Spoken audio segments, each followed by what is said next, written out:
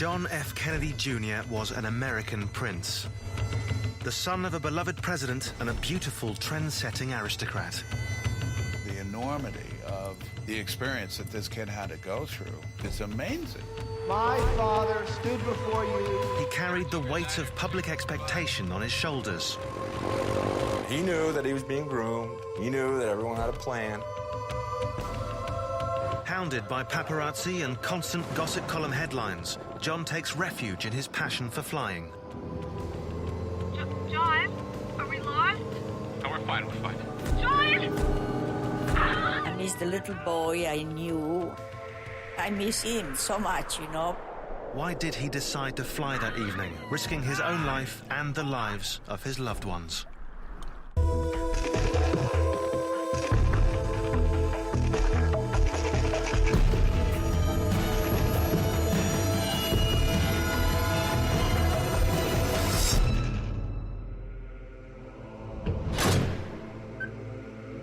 New York City, July 15th, 1999. John Kennedy Jr. begins the last 24 hours of his life. He is more than a celebrity. He's American royalty,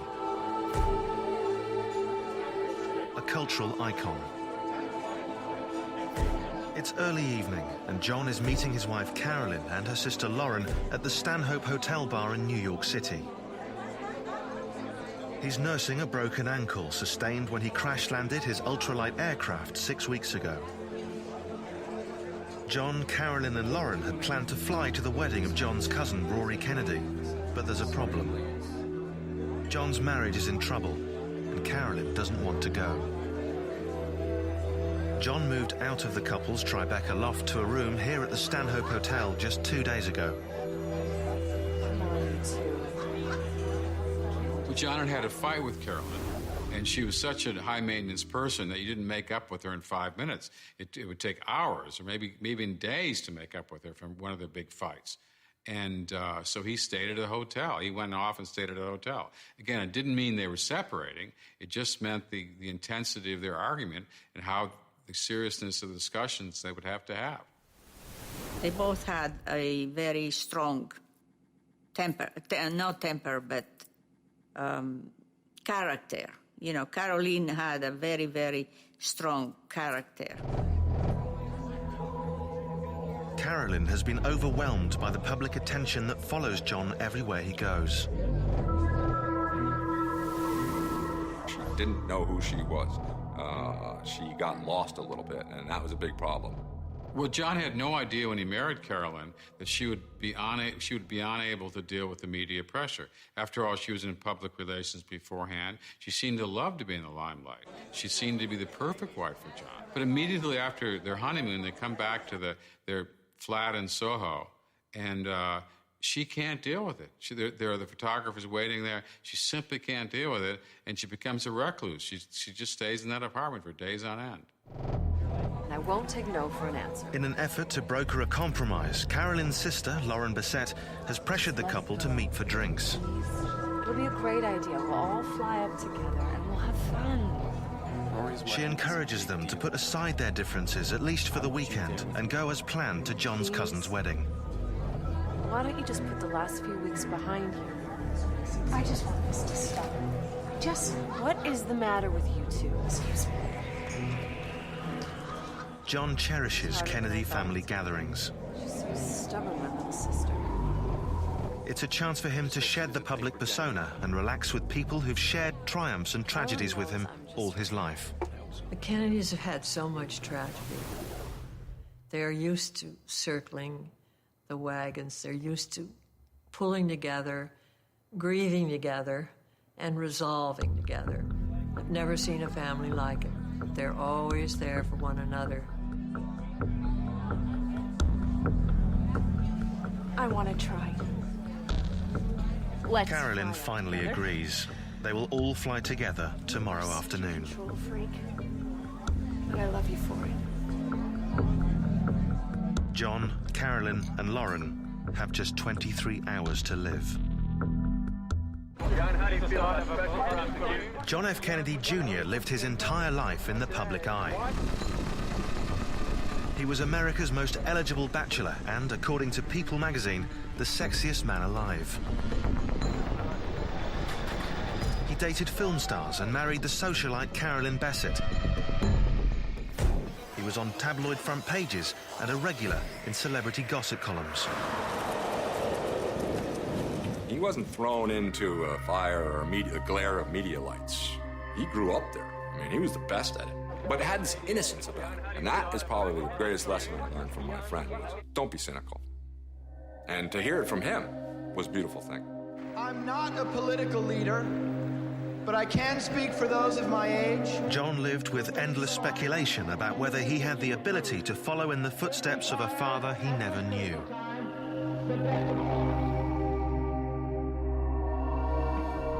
"38 years earlier, John Kennedy Jr. made history as the first child born to a US president-elect. John and Jackie Kennedy took Washington by storm, ushering in a whole new era. The whole thing just changed. The wines, the food, the way people dressed, the way people felt about coming to the White House. The people who were honored there, the Nobel Prize winners, the intellects, the great museum directors, the university presidents. The guest lists were quality, quality, quality, instead of politics, politics, politics. The interest in it was unprecedented in American history. The magazines, the covers of the magazines, television, newspapers, radio, just nothing but the Kennedys. John and his sister Caroline's enchanted childhood was constantly documented by an adoring media. Kennedy's being the first television administration, as it were really a novelty in American history, and young, vibrant, energetic, charismatic couple with the two golden children. I mean, the first two kids to grow up in the White House since, I think, the days of Grover Cleveland. Little John just caught everybody's hearts. He was so handsome and so natural and responsive. But soon this idyllic time would be cut short by tragedy. John Kennedy Jr. has less than 22 hours to live. His marriage is in trouble and he's living alone in a New York hotel. Earlier this evening, John and his wife Carolyn were reconciled thanks to her sister Lauren. Now he's turned his attention to problems with work. 4 years ago, John launched a political magazine called George, but now sales have slowed and the magazine is floundering. John is up late, struggling to create a business plan to save the venture. He had a magazine that was in trouble. It might fold if he didn't get an infusion of cash. George was an important stepping stone for John Jr. It was something that he endeavored to do prior to entering the field of politics, which I think he recognized as an inevitable part of his life. John will meet his publisher in the morning.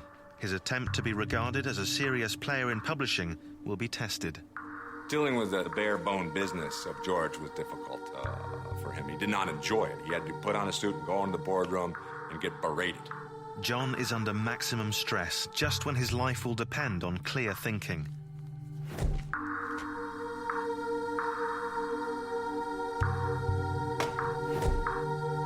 It's been a long day. He needs to get some sleep.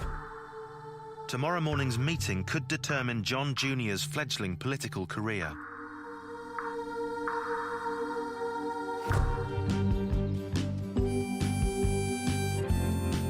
"36 years earlier, President John Kennedy and his spirited 2-year-old son had developed a unique bond.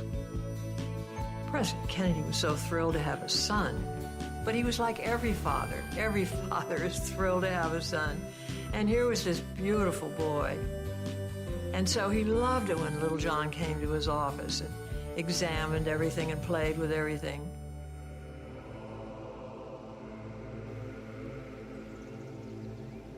But on November 22nd, 1963, John Kennedy Jr.'s charmed childhood ended with a gunshot. His father was assassinated in Dallas, Texas.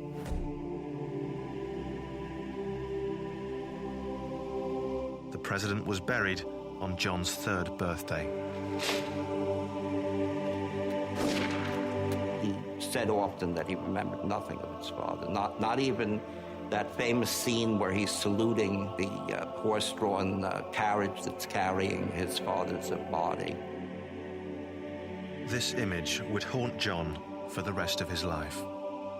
He was, in a way, in search of his father his entire life. John Kennedy Jr. will spend much of his life trying to live up to the expectations of a man he can barely remember. The assassination changed everything. The White House suddenly closed up like a clamshell. Usually the place was full of happy chatter and the clicking of heels on those marble hallways. But all of a sudden, it was just deathly silence. It was a grief-stricken house. It was a watershed. America had just endless optimism and promise that one sees dissipating from that day. Just 2 weeks later, John left the White House, where he'd spent the first 3 years of his life. Jackie and her 2 children moved into a house in Georgetown, an elegant house. But it was surrounded by paparazzi and by journalists and by tourists. What was so terrible about it was that they couldn't go anywhere or do anything without being besieged by the press, the media. They had sightseeing buses that would stop in front of the house. Carolyn Kennedy and her brother John would leave the house, and people would pounce on them and tear at them and grab their clothes. It was impossible for her to have the real life she wanted to have for her family. In less than a year, Jackie fled with her children to New York City.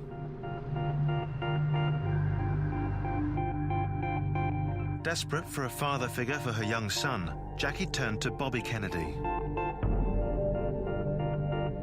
Robert Kennedy's courage and determination to follow in his brother's footsteps and run for the presidency made a huge impression on John Jr.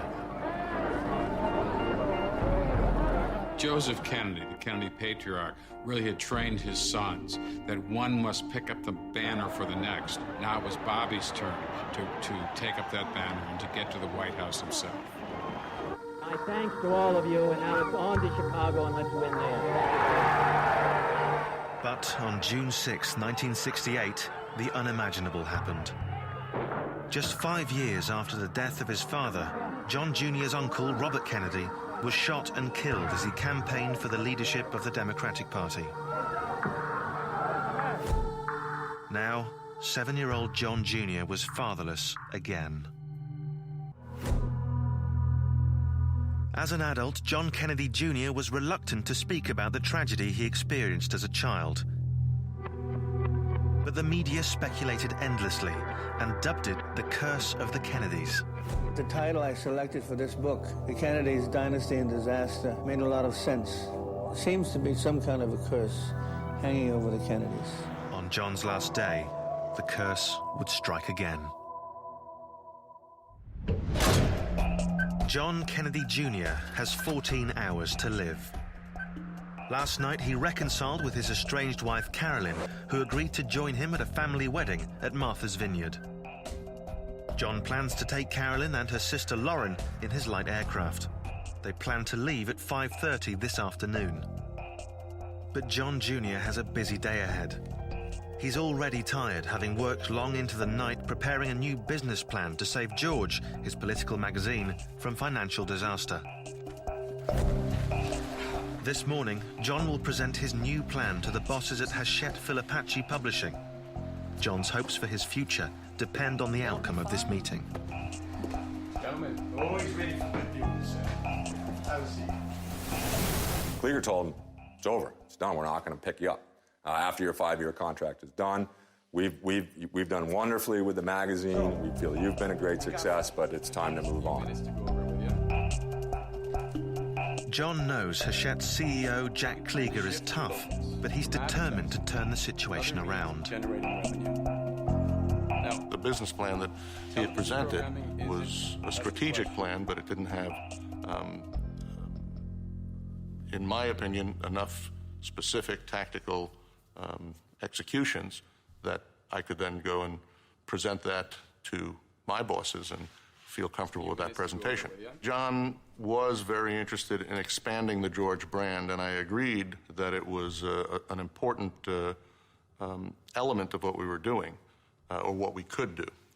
John obviously was a magnet to be on television being interviewed, but he didn't really want it to be John Kennedy as the driving force. He wanted George to be there, so he wanted to get more of his editors and more of the content onto both the television and the internet.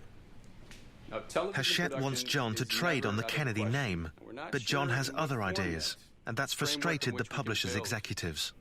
I would like your input. He got very, very specific, and his eyes got very straight when he said he didn't want his name taken advantage of by the company. This is not a comfortable experience for John, but no one would ever know. He's a man who's learned too well to hide behind his public persona. With his charm offensive, the meeting goes better than expected. Now, it's a framework in which we can... So we went through a number of specifics that I wanted him to get into, which he was prepared to do and was willing to do. But he was upbeat. He thought he could have those specifics ready for me by the end of that day, which I said, that's fine. We're on the right track, John. John manages to buy himself some time. Time he doesn't have. Delighted. Have a great day.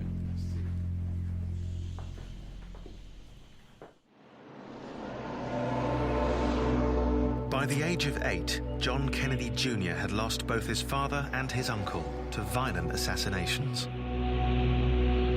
At that point, Jackie said, my God, if they're killing Kennedys, then my kids are next. And this is what led to the marriage with Aristotle Onassis. Jackie's courtship with Onassis was pounced on by the media and made international headlines. Aristotle Onassis was Greek, and he was the richest man on the planet Earth. Jackie married Onassis in part because she liked money, and the Kennedys hadn't really left her that much money. Less than 5 months after the death of Robert Kennedy, John's mother marries self-made shipping magnate Aristotle Onassis. But the American public was outraged. Jackie had betrayed their trust by apparently casting aside the sacred memory of their fallen hero. Americans loved Jackie, but they loved her not as a woman with her own life. They loved her as the eternal widow. With her children protected by the Onassis' private security force, John's life regained stability. Aristotle Onassis lavished time, love, and money on John Jr.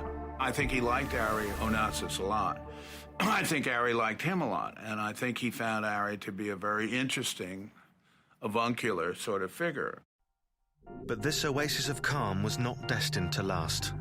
Within 3 years, the marriage between Aristotle Onassis, the Greek self-made billionaire, and Jacqueline Bouvier Kennedy, the Virginia blue blood, began to fall apart. I think that fact that they were so oil and water-ish, night and day-ish, have you call it what you will. I mean, his ideal of fun was to sit around in a nightclub till 3 a.m, breaking glasses, dancing the Greek dances, singing the Greek songs, whereas Jackie liked to curl up with a good book at 9 p.m. Then, tragedy once again reshapes John Jr.'s life. Aristotle Onassis loses his only son, Alexander, in a plane crash. For the Greek, as the Kennedys used to refer to Aristotle Onassis, for the Greek to lose his one and only son was for Aristotle Onassis an absolutely tragic, traumatic, life-ending event. Unable to cope with his loss, Ari severed all ties with young John. For the third time in less than 10 years, John Jr. lost a father figure.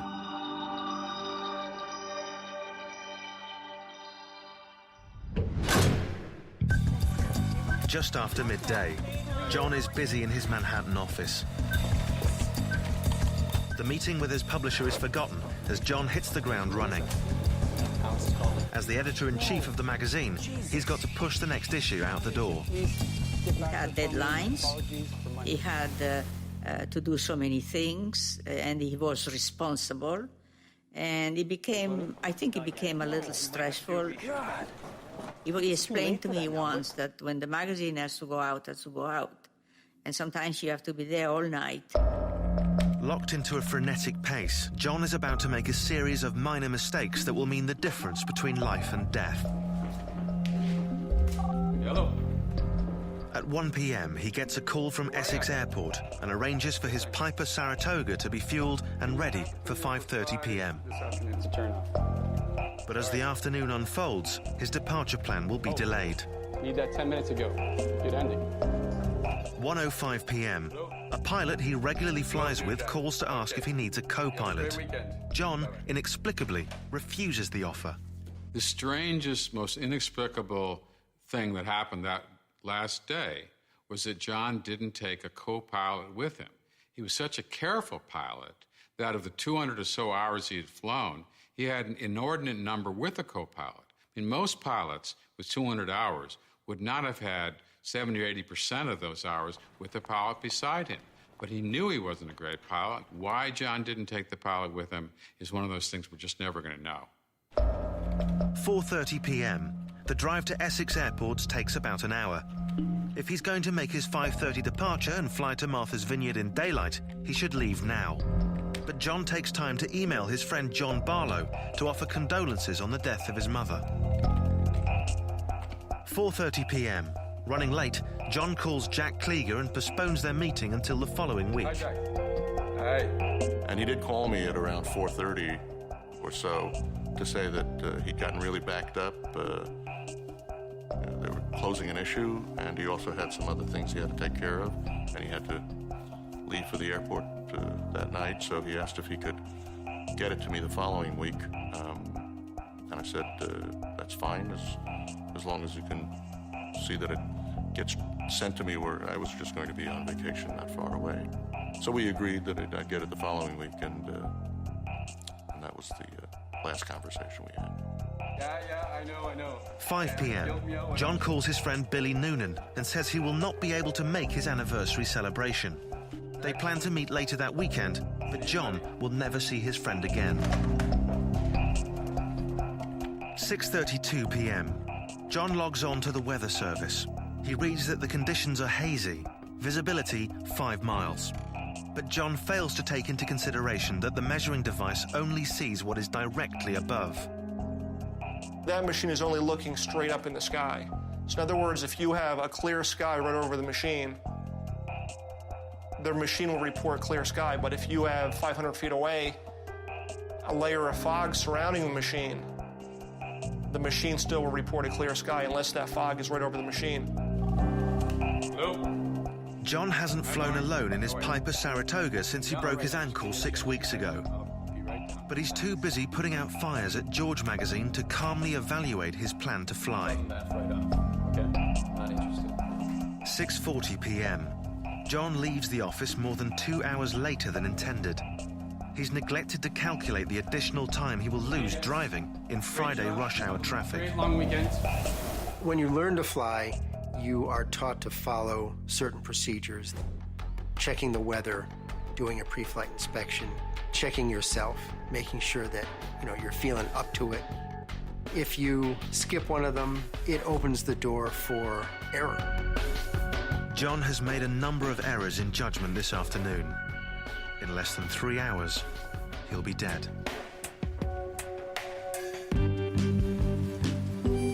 "22 years earlier, John celebrated his 16th birthday at the Kennedy compound. Despite the numerous tragedies he'd faced, friends say he embraced life with energy and enthusiasm. Some strange appreciation of life, this desire to go out and do things, to see things, like a cat. He was just curious. He wanted to see everything and do everything. But John was at best an average student. Teachers said he had difficulty concentrating in class. He had a problem with ADD, attention deficit disorder. Started taking medication for that when he was a teenager, and Jackie sent him to a therapist in New York for that reason. His mother wanted John to toughen up and experience life away from the Kennedy compound. she sent him to Guatemala as a Peace Corps volunteer, and the following summer on an outward-bound survival course. Jackie was worried that her son wasn't serious. She was worried he was going to get in trouble, get off the right path. He was just going to be a playboy. It was during this period that John discovered a new passion: acting. He loved it.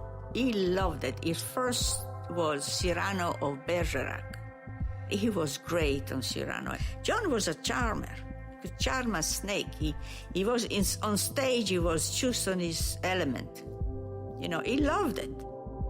For John, acting was a chance to do his own thing and to escape for a moment the Kennedy name. He was, in fact, very charming, playing roles of down-and-outers, alcoholics. This was what he was best at, not playing somebody from his own background. It gave him the freedom to be someone other than himself.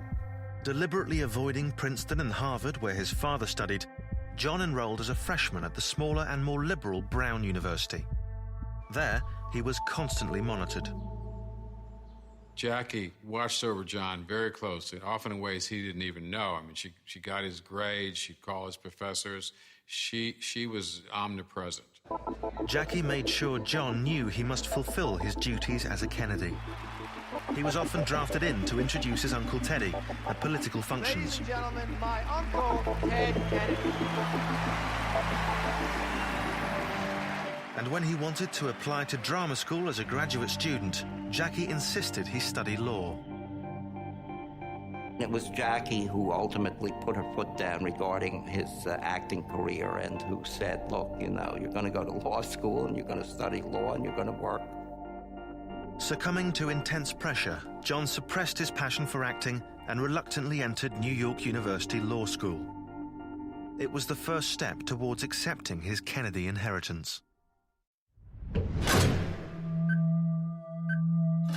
John is already more than 2 hours late for his scheduled flight. It's almost 7 p.m. when he picks up Lauren, his wife's sister.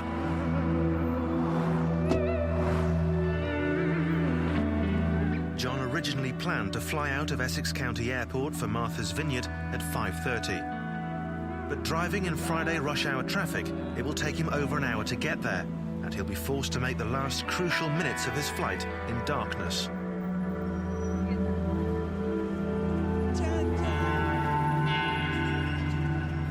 With no break in the traffic, John and Lauren are still at least 45 minutes from the airport.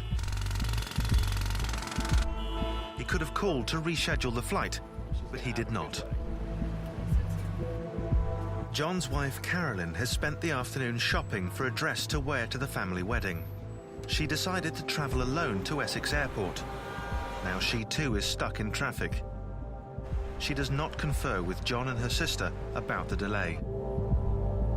Carolyn and John have always had a tempestuous relationship. When they met, she was well connected in the fashion industry. He was America's most eligible bachelor. They met when Carolyn was a shopping consultant for Calvin Klein.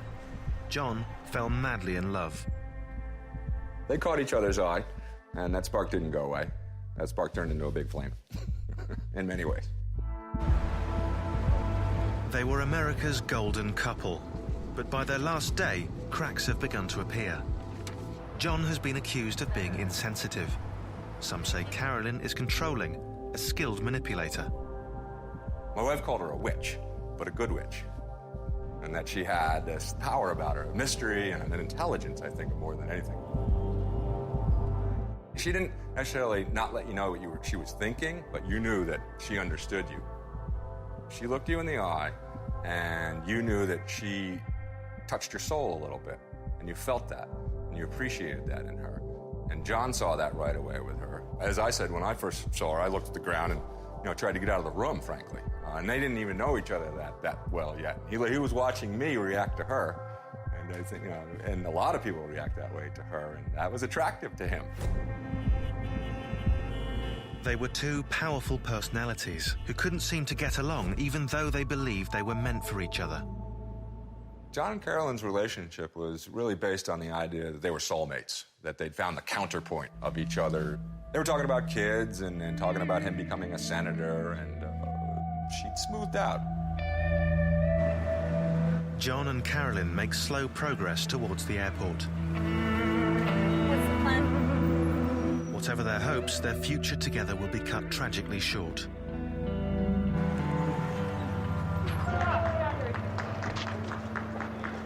Slow news day, I guess, huh? John, a lot of people waiting for you here. Sure. How do you feel about this? Is it true that you passed the bar? Apparently it's true. I got the official word not long ago, so it's true. What do you mean not long ago? John began his career in law as an assistant district attorney in New York City. Absolutely. What kind of cases are you looking forward to? Well, whatever they give me. John, with all this attention, answer the pressure, take it. Jackie was proud of her son, but her plans for John's future would soon be derailed. He said, I'm no Clarence Darrow. What do you want out of my life? He didn't enjoy being a lawyer. That kind of lifestyle didn't suit him. I mean, he wasn't a great DA. I mean, a lot of the bad guys were so delighted to meet John that they confessed. And he wasn't a prosecutor, okay? He was too nice to be a prosecutor. John became restless and dreamed of starting a political magazine. But the greatest obstacle to achieving this new goal would again be tragedy. When John was 33 years old, Jackie Kennedy was diagnosed with cancer. Putting his dreams aside, John devoted himself to the care of his mother. We always thought, oh, she's going to be okay, because she told me, I'm going to be okay, don't now get nervous about it. But despite her courage and John's constant care, 5 months later, Jacqueline Kennedy Onassis was dead.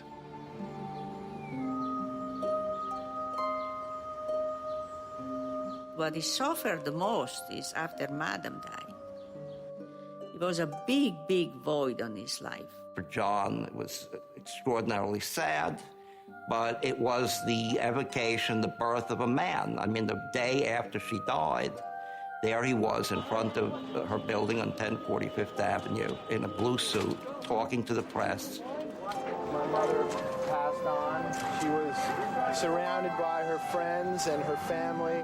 Her death was horrible. It's the saddest I've ever seen.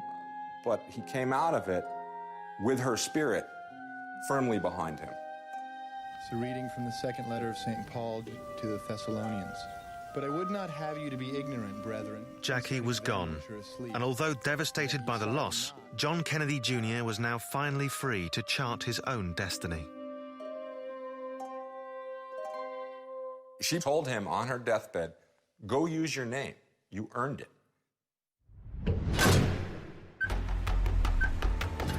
Delayed at the office and then by rush hour traffic, John Kennedy Jr. arrives at Essex Airport almost 3 hours behind schedule. He has less than 2 hours to live. John drops Lauren off at the terminal to wait for Carolyn while he drives to a nearby convenience store. He is relaxed as he goes about his normal routine, even though the sun is setting and it will soon be dark. Also, unknown to him, bad weather is moving in. I actually was planning on making that same trip from Caldwell to Martha's Vineyard about 3 hours prior to John F. Kennedy Jr.'s departure, but I chose to cancel due to the reduced visibility and weather. Another pilot who has just landed and is aware of the reduced visibility tries to warn John. If this pilot had found John, it is possible that he might have changed his mind about flying. But John is now at the convenience store, calmly signing autographs for excited well-wishers.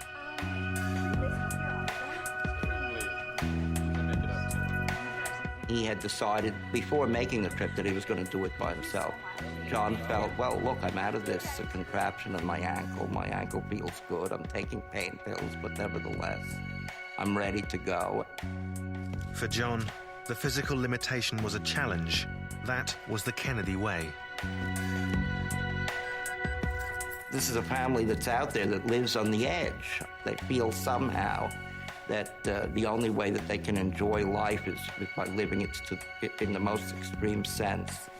And if you do that enough, I mean, the odds are bound to take hold. He did not take excessive risks in the sense that I saw some of his other family members doing, but when it came to flying, he was almost anal. I went up with my family the week before, and I would have gone up the week after. When he landed, it was beautiful. You know, a lot of people said to me, why didn't you warn him? It would have been completely inappropriate for me to warn him or to give him advice, because I don't know his proficiency, I don't know, what his skill level is, and I don't know if there's a pilot or an instructor on the airplane with him. It's now 8:25 p.m. John had originally planned to make this trip in daylight.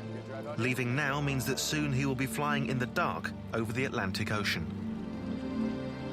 Is that John's plane over there? Yes, that's John's plane. Is that his wife on? Yes, that's his wife. We should go over. Let's go. Thank you.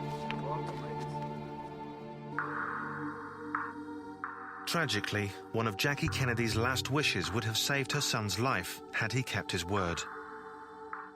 She exacted from John a promise that he wouldn't pursue flying lessons after her death, but after her death he did in fact resume them. John couldn't resist his passion for flying. He began with ultralight planes, then bought a Cessna and quickly got his pilot's license. I know that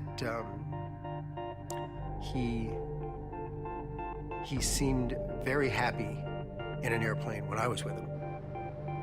It gave him a lot of joy, I know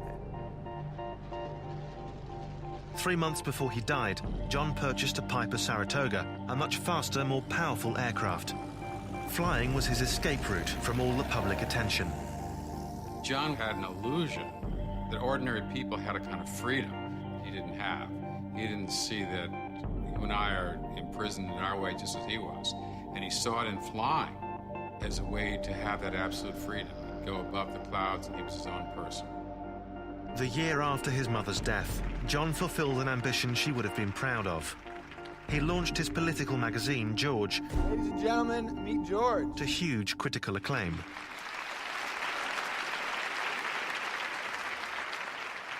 The beginning of George was like an eagle taking off for him, that he happened to be riding.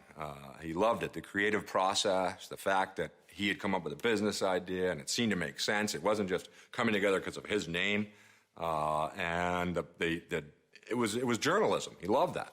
His favorite part of George was talking to the Dalai Lama and even Larry Flynt. He loved this interview with Larry Flynt because Larry's the ultimate rebel in a way. And the Supreme Court ruling, that's who John... Larry Flynt was an underdog. And that's who John associated with. I mean, how could John Kennedy Jr. be an underdog? That's who we thought he was. Politics is not merely pulling a lever on Election Day or covering a debate on Capitol Hill. Politics is really about personalities and ideas. It's about he found himself with George. I mean, even if it failed, he knew all that magazine had done for him, and it had given an entree to a whole new world. After years of trying to find his place in the world, it seemed that by his early 30s, John Jr. was poised to create his own version of what it means to be a Kennedy. It was a vision that, tragically, would never be realized. Why don't we see any lights, John? John!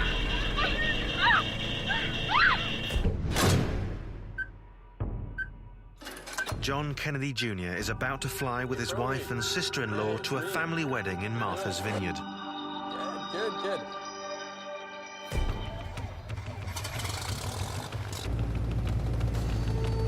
It is now 8:35 p.m. Only an hour of daylight remains. John should have left at 5:30. Each individual pilot has to make his own decision to fly after careful consideration of all the variables. Ready to taxi, wind light. Right turn around, northeast bound. Not permanent. 8:34 p.m. John contacts air traffic control. The conditions on the ground are slightly hazy. The problem with haze is that you can take off and the first 1,000 feet or so as you're climbing out could be clear. But when you get higher, you could enter a haze layer and not be prepared for it. And that happens very often in the summer. John is only certified for Visual Flight Rules, or VFR. Ready to go, guys? The theory behind VFR is that you will be able to maneuver the airplane by looking out the window and being able to determine the plane's relationship to the horizon. When the horizon is not visible, the pilot is essentially flying blind. To be certified to fly under these conditions, a pilot must go through rigorous training, learning to use only instruments to navigate. Making it right down with departure. Affirmative, right down with departure on 22. John has very limited expertise in instrument navigation and is not certified.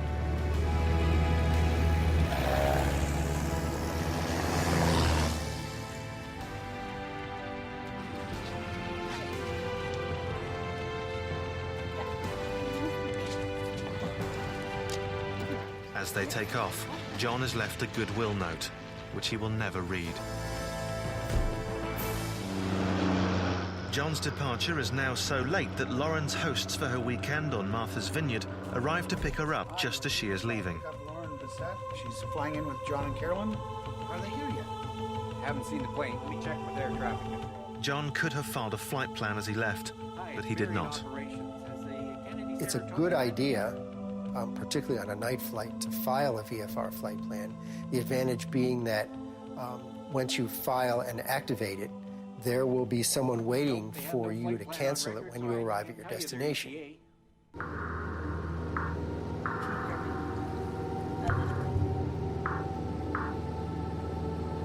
Some people say John took too many risks, but he had to take those risks to assert his own manhood. Yes, it was too much, but the question is how far and where do you stop? And he was somewhat addicted to it. He just needed the rush. Daylight is rapidly diminishing. In less than an hour, John, Carolyn, and Lauren will be dead.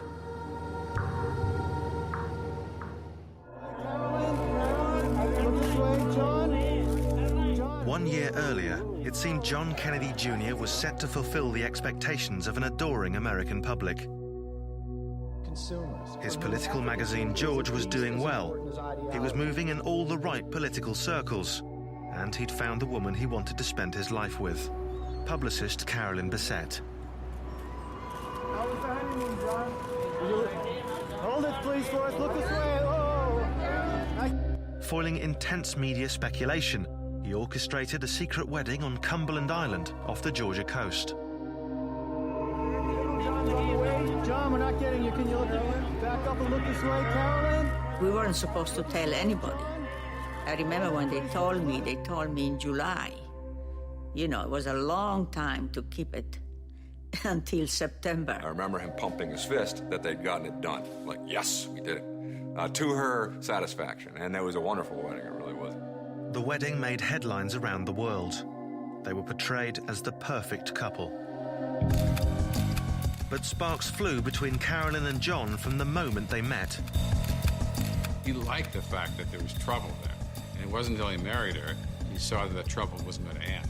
She was strong-willed. I mean, she had her own point of view. She was not some little housewife or something like that was just going to sit there. She had sophisticated friends when she met them. She had a nice life. She comes from a very nice family. I mean, she had her own personality, and she had her own point of view. As they faced up to their problems, the media onslaught was unbearable for Carolyn. There was always some guy lurking around, and who would take her picture or run up to her, or just invade her space. And I don't think anybody can be prepared for that. Then rumors of Carolyn's drug use began to surface in the tabloids. Carolyn used coke the way most people used coke from that generation. When they partied, it's the chosen recreational drug of the fashion industry. Next, John was spotted with ex-girlfriends and affairs were suspected, something his friends dispute. He's a monogamous guy, frankly. You see his loyalty with his friends. It was the same thing as with his girlfriends. He had every skirt thrown at him on earth, frankly. He was an innocent. He was very innocent on that level, and you'd like to think that he was a little maybe more mysterious, but frankly, he stuck to his knitting. Most damaging, John's magazine began to fail, and his ability to live up to his father's legacy was questioned. John hoped to save his marriage. He wanted his magazine to thrive again, and he wanted to establish his own reputation. All he needed was time.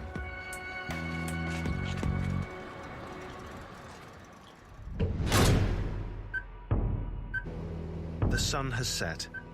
It's now nautical twilight. It's hazy but not totally obscure. It will be completely dark in 10 minutes. For now, John is still able to fly with visual references. As you get farther away from New York City, you're not going to be able to see lights enough to give you a straight line for the horizon. It's basically a black hole.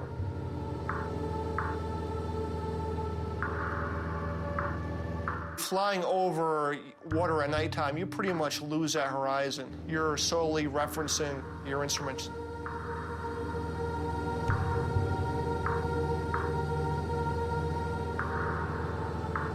"20 minutes from his destination, John has two possible routes. He can fly up the coast to Connecticut and Rhode Island, keeping the lights on the shoreline as a visual reference, and then turn south over Cape Cod to the airport at Martha's Vineyard. This route will only add 5 minutes to his flight time. Of all my trips I've made to Martha's Vineyard, I've always flown that particular route because it puts you over water the least distance. Or he can take a riskier but shorter route and leave the coast and fly a direct line straight out over Rhode Island Sound and the Atlantic Ocean, a distance of 34 miles from the airport at Martha's Vineyard. Choosing the route is a pivotal decision. Okay, we're leaving the coast. There goes the coastline.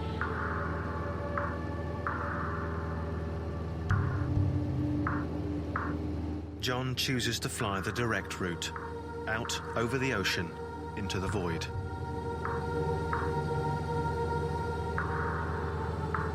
This choice will cost him his life.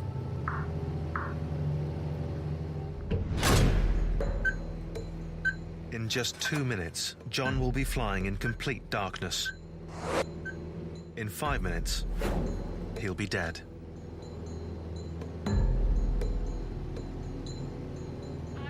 John, are we lost? No, we're fine. This is back.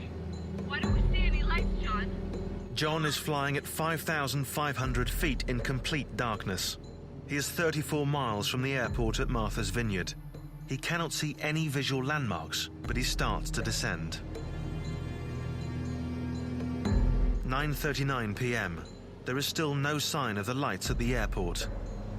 Can you see anything out there? No!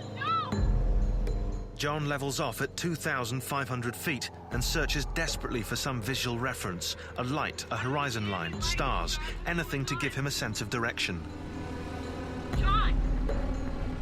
He starts to become disoriented. Okay. Spatial disorientation occurs when you don't refer to your instruments, and the natural tendency is to believe what your body is telling you. John does not have enough experience in his new plane and is ill-equipped to fly in these conditions. He relies on his instincts just when he needs to focus on his instruments. The plane now banks sharply to the left and climbs. 9:40 p.m. Trying desperately to compensate for the left bank, he turns the yoke hard to the right. The plane slides into a descent, speeding toward the ocean. Completely disoriented, John believes the plane is now level and yanks the yoke towards him to bring the nose up. Instead, the plane banks even more to the right. The engine races as it picks up speed and enters a free fall called the Graveyard Spiral. The Saratoga plummets towards the ocean. There is no way John can recover.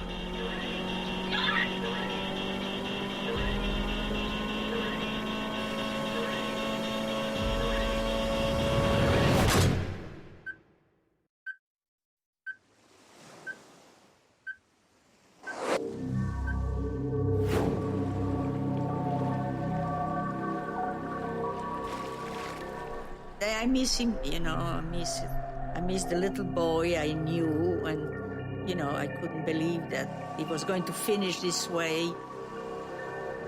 Coast Guard will resume its air search in the morning. Around the world, feelings of shock and disbelief resonate as news spreads of John Kennedy Jr.'s disappearance. The media descends on Martha's Vineyard as a massive search is ordered. I knew that he was dead. They couldn't find but planes don't go missing. There is a suitcase with a business card, and the business card attached to a little plastic insert within the suitcase is in the name of Lauren Bessette. John Kennedy Jr. died on the 16th of July, 1999. 6 days later, on the USS Briscoe, the Kennedys once again gather to bury one of their own as an entire nation mourns. With his death, the world will never know what his true contribution might have been.